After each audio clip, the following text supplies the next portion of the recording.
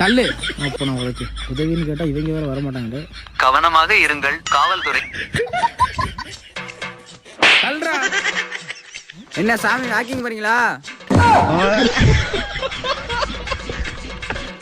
என்ன அவரையானே அடிக்கிற? பெட்ரோல் போடுறதுக்கு 200 ரூபா கொடுத்தேன்.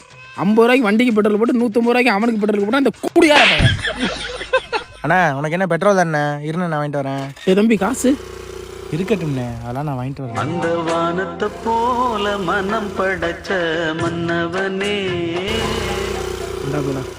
அண்ணா சரி ரொம்ப நன்றி. ஊத்துறா வேமா. வேமாண்டு